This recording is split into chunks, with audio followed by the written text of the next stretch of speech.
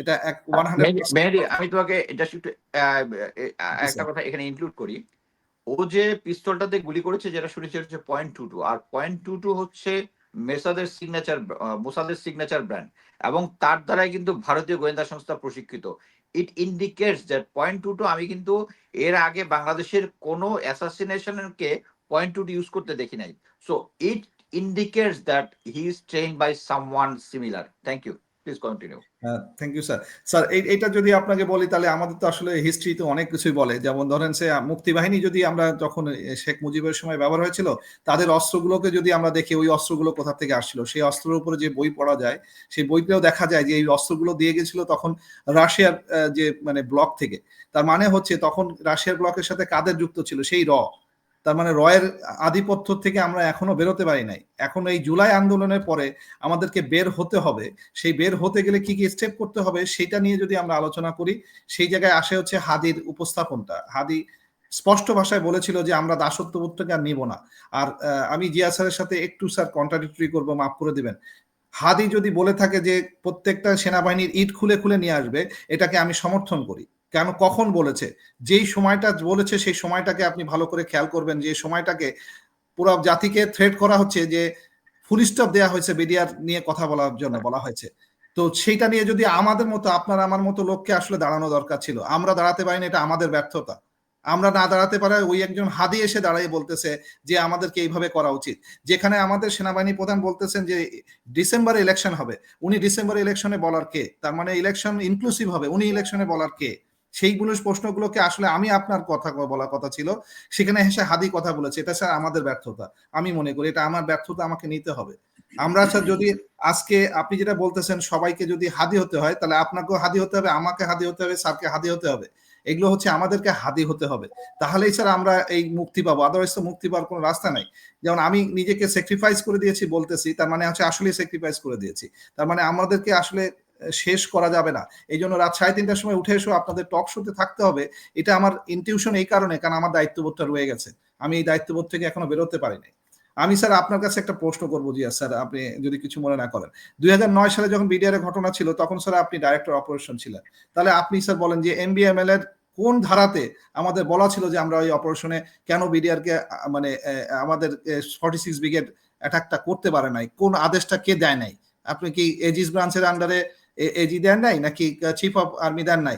আর আমাদের এমবিএমএল এর কোন লয়তে বলা আছে যে আমরা ডাইরেক্টলি অপারেশন করতে পারবো না? কোথায় আমাদেরকে এরকম বাধা ছিল? তার মানে স্যার বাধাগুলো যদি আমরা নিজেরাই ওই বাধাগুলোকে অতিক্রম করতে না পারি, আমাদেরকে কি হাদিরা এসে অতিক্রম করে দিবে? এটা কি স্যার আমরা আশা করি?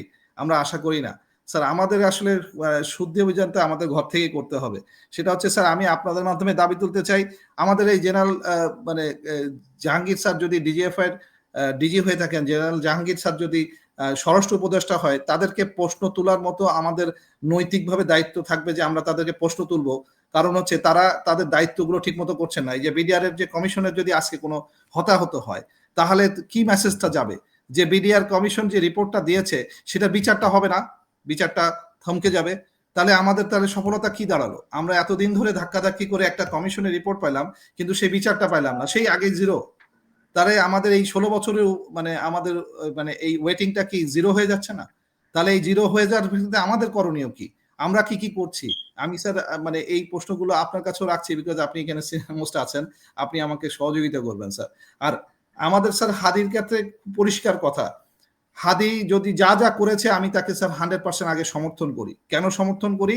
কারণ সে যেটুকু করেছে সেটা হচ্ছে দেশত্ববোধ থেকে করেছে। আমরা দেশত্ববোধ নিয়ে যদি থাকি তাহলে আজকে স্যার এই যে আমাদের এত আলোচনা, আমরা এখানে আছি। আর যদি দেশত্ববোধ না থাকে তাহলে স্যার এই আলোচনার কোনো দরকার নাই। আমাদের আলোচনাগুলো জিরো হয়ে যাবে যদি আমাদের দেশত্ববোধ না থাকে। দেশত্ববোধ যদি থাকে তাহলে সেখান থেকে প্রত্যেকটা জিনিসকে আগে অ্যাকসেপ্টেবিলিটিতে থাকতে হবে। হাদি মানে সেনাবাহিনীর বিরুদ্ধে যে কটা কথা বলেছে, সে সেনাবাহিনীকে অপমান করে কথা বলেছে, তাহলে এই অপমানিত হওয়ার জন্য সেনাবাহিনী ওই মুহূর্তে কি কি কাজ করেছে? সেনাবাহিনী কি যদি স্যার যৌথ বাহিনী যদি মাঠে থাকে, তাদেরকে যদি ম্যাজিস্ট্রেসি পাওয়ার দেওয়া থাকে, তাহলে বিএনপি চাঁদাবাজি করে কিভাবে? বিএনপিকে চাঁদাবাজি করতে কে দিয়েছে? এই সেনাবাহিনী তো দিয়েছে। আমি নিজে তার প্রমাণ। খুলনায় একটা ইউনিভার্সিটি দখল হচ্ছে, মানে বিএনপির একটা দল দখল করতেছে, ওইখানকার যে টাস্ক ফোর্সের যে অফিসার আছে তাকে ফোন করে জিজ্ঞেস করলাম যে ভাই এরকম একটা অফিসার হচ্ছে, একজন উপাচার্যকে ছাত্ররা তুলে নিয়ে যে তার জামা কাপড় ছিঁড়ে ফেলতেছে, তুমি কি করতে পারো? বলে আমাকে উপরের থেকে আদেশ দিচ্ছে এগুলো কিছু না করার জন্য। তার মানে হচ্ছে মানে ওই যে বিএনপি ওটা করতে হবে তাকে তাদের আদেশ দিয়ে দেয়, তার মানে এটা তো আমি নিজে প্রমাণিত দেখেছি, এরকম ইনস্ট্যান্সেস আমার কাছে আছে। তো তার মানে হচ্ছে সেনাবাহিনী প্রধান এখানে সবচেয়ে বেশি কন্ট্রোভার্সিয়াল, আমাদের বর্তমান সেনা ডিজিএফআই ডিজি সবচেয়ে বেশি কন্ট্রোভার্সিয়াল, আমাদের বর্তমান স্বরাষ্ট্র উপদেষ্টা সবচেয়ে বেশি কন্ট্রোভার্সিয়াল।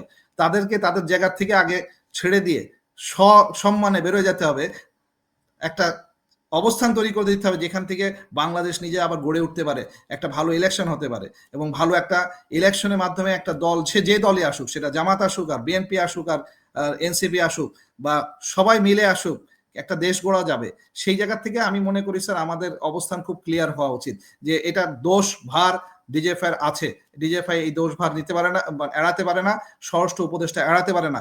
এই আমি আমার মানে আমার ইন্টুইশনের থেকে বলতে চাচ্ছি, এই যে ক্লিয়ার হাদিকে আঘাত করেছে তাকে সসম্মানে দেখেন যে এই বর্ডার পার করে দিয়ে ইন্ডিয়া পার করে দেওয়া হয়েছে, তাকে আর পাবেন না। তা না হলে এর সাহস কোত্থেকে হয় এইরকম একটা বর্তমান অবস্থার মধ্যে হাদির মতো একটা ফিগারকে সে ফায়ার করতে পারে? কারণ ডেফিনেটলি তাকে পিছনে কেউ না কেউ ব্যাকিং দিচ্ছে, সেই ব্যাকিং লোকগুলো যারা, তাদেরকে আমাদের বিচারের আগে কাঠগড়ায় দাঁড় করাতে হবে। বিডিআর এর যে কমিশনের রিপোর্টটা হচ্ছে সেটাকে বিচারের আওতায় আনতে গেলে কি করতে হবে, আমি আপনাদের কাছেও স্যার এই বক্তব্যগুলো জানতে চাইবো। ধন্যবাদ।